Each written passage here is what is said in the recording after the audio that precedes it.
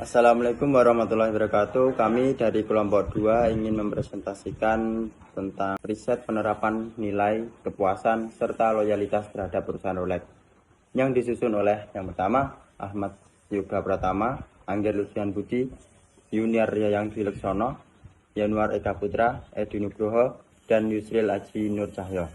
Yang pertama, pengertian nilai pelanggan.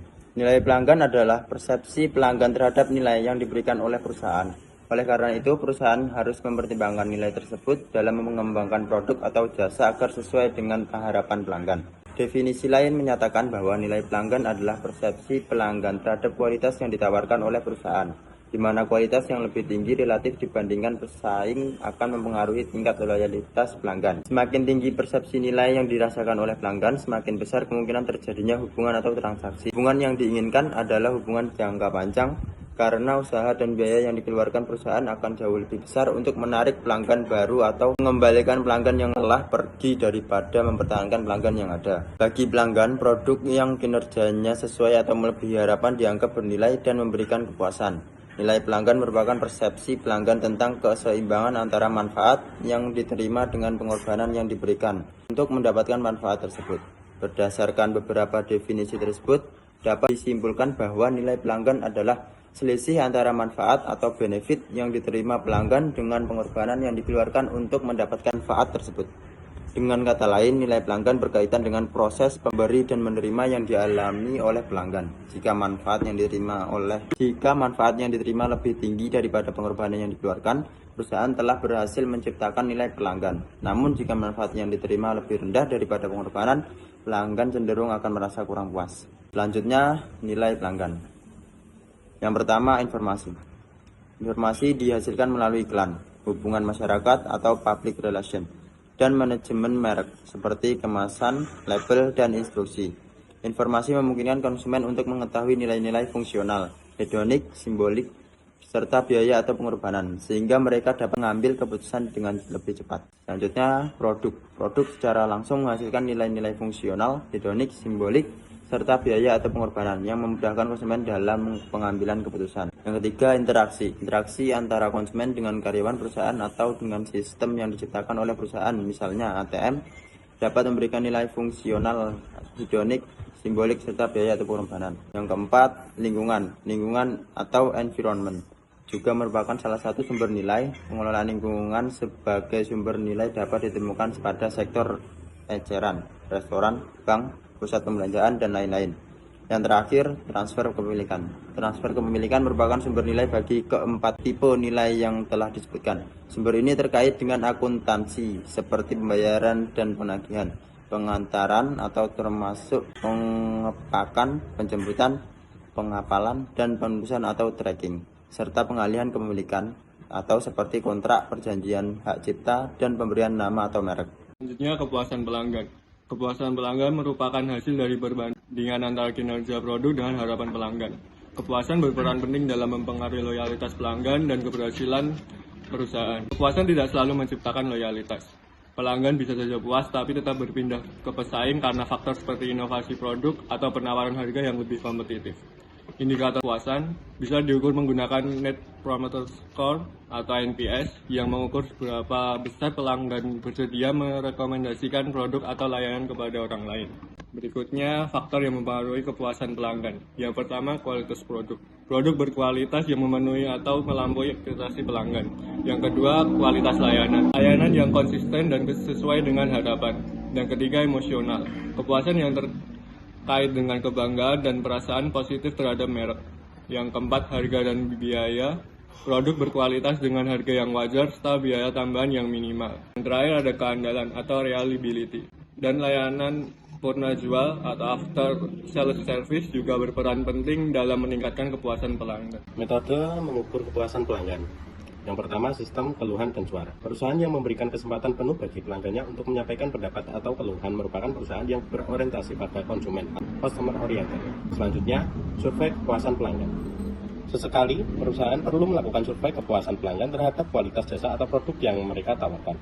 Survei ini dapat dilakukan dengan penyebaran kuesioner oleh karyawan perusahaan kepada pelanggan. Melalui survei tersebut, Perusahaan dapat mengetahui kekurangan dan kelebihan produk atau jasa, sehingga perusahaan dapat melakukan perbaikan pada hal yang dianggap kurang oleh pelanggan.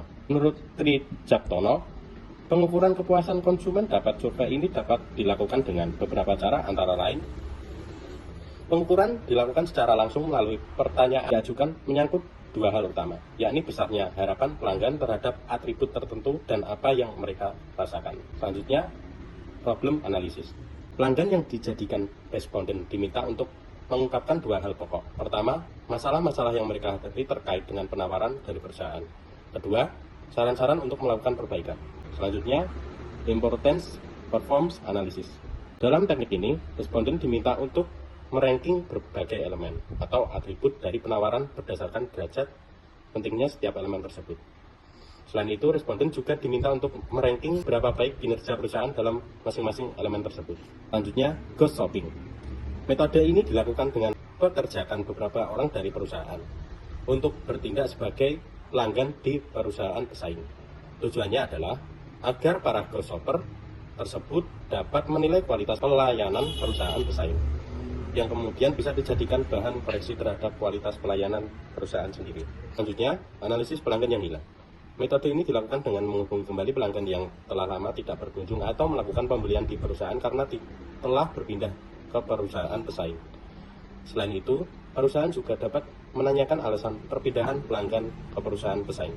Pengertian loyalitas pelanggan. Secara harfiah, loyalitas berarti setia, dan loyalitas dapat diartikan sebagai suatu bentuk kesetiaan. Kesetiaan ini muncul tanpa paksaan, melainkan timbul dari kesadaran diri. Menurut Kotler dan Keller, loyalitas adalah komitmen yang dipegang secara mendalam untuk membeli atau mendukung kembali produk atau jasa yang disukai di masa depan, meskipun ada pengaruh di situasi dan usaha pemasaran yang berpotensi menyebabkan pelanggan beralih.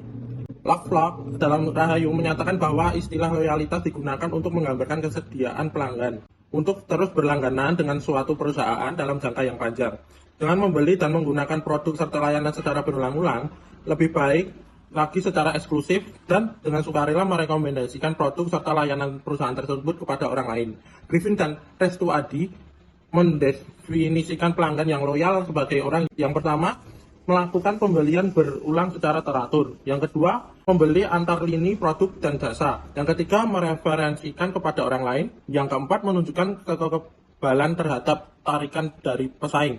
Dari beberapa pengertian mengenai loyalitas pelanggan di atas, dapat disimpulkan bahwa loyalitas pelanggan berawal dari penilaian pelanggan terhadap kualitas produk atau jasa yang diterima yang didasarkan pada harapan yang telah terbentuk.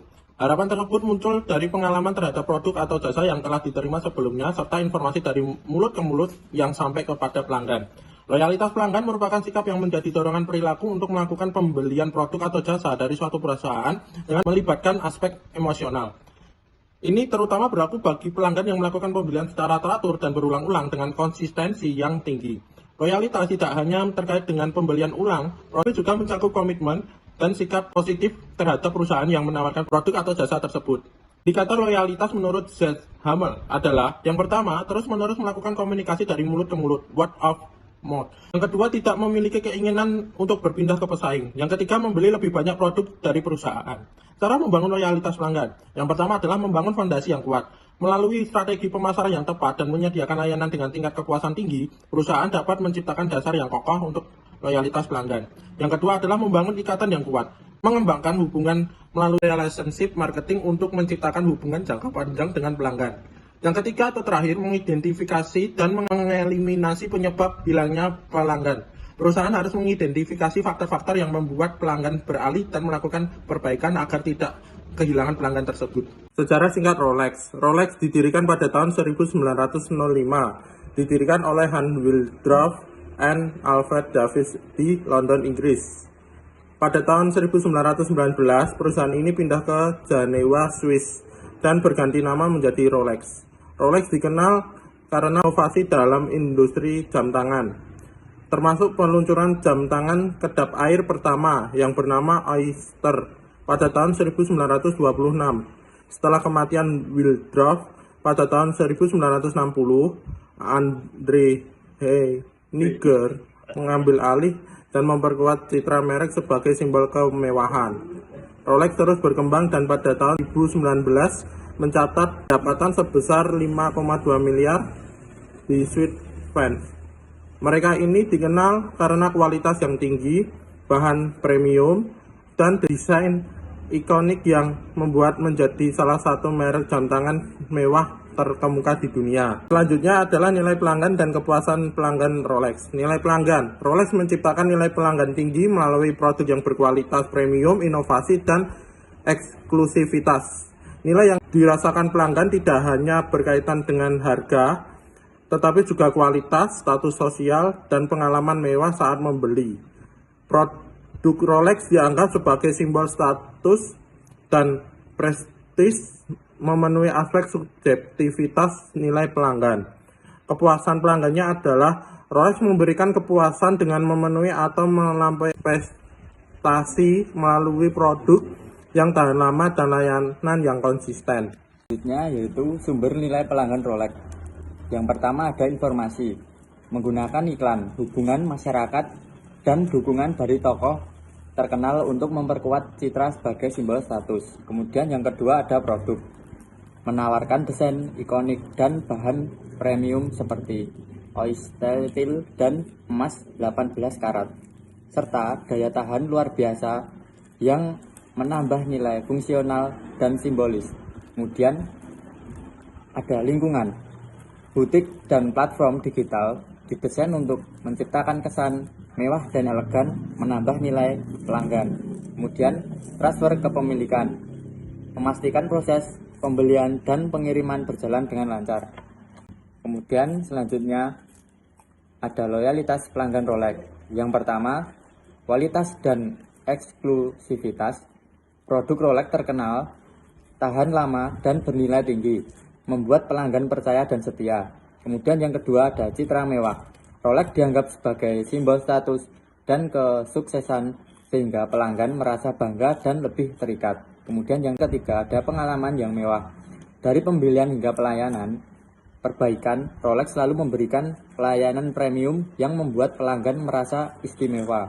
Kemudian yang keempat ada komunitas dan hubungan emosional. Rolex menciptakan komunitas pelanggan yang setia melalui sponsor acara bergengsi, memperkuat rasa kebanggaan. Kemudian yang kelima ada nilai investasi. Banyak yang melihat jam tangan Rolex sebagai investasi karena harganya bisa tetap stabil atau naik. Kemudian yang terakhir ada kelangkaan. Rolex sengaja membatasi jumlah produknya, membuatnya langka dan semakin diinginkan, yang meningkatkan kesetiaan pelanggan. Baik, selanjutnya faktor yang mempengaruhi kepuasan pelanggan. Yang pertama, kualitas produk. Dirancang dengan standar tinggi yang mempengaruhi ekspektasi pelanggan. Yang kedua, kualitas layanan. Menawarkan layanan kelas atas dalam proses pembelian. Yang ketiga, harga dan biaya. Dengan harga yang mahal, pelanggan tetap merasakan nilai dan kualitas dan eksklusivitas yang ditawarkan. Dan yang terakhir, kendala dan layanan purna jual. Layanan purna jual yang sangat baik dengan jaringan perbaikan dan pemeliharaan di seluruh dunia memastikan keadaan produk dalam jangka panjang. Yang terakhir, metode pengukuran kepuasan pelanggan Rolex. Ada beberapa metode yang digunakan untuk mengukur kepuasan pelanggan Rolex. Yang pertama, sistem keluhan dan saran dengan menyediakan saluran untuk menerima umpan balik terkait produk dan layanan. Yang kedua, ghost shopping, mengamati pengalaman pelanggan di pesaing untuk perbandingan. Dan yang ketiga, survei dan CSI, mengumpulkan data melalui survei di butik atau online untuk menilai tingkat kepuasan dan meningkatkan layanan. Terima kasih, sekian hasil presentasi dari kelompok kami. Kurang lebihnya kami mohon maaf. Bila ada yang ingin ditanyakan bisa langsung ditanyakan di kolom komentar.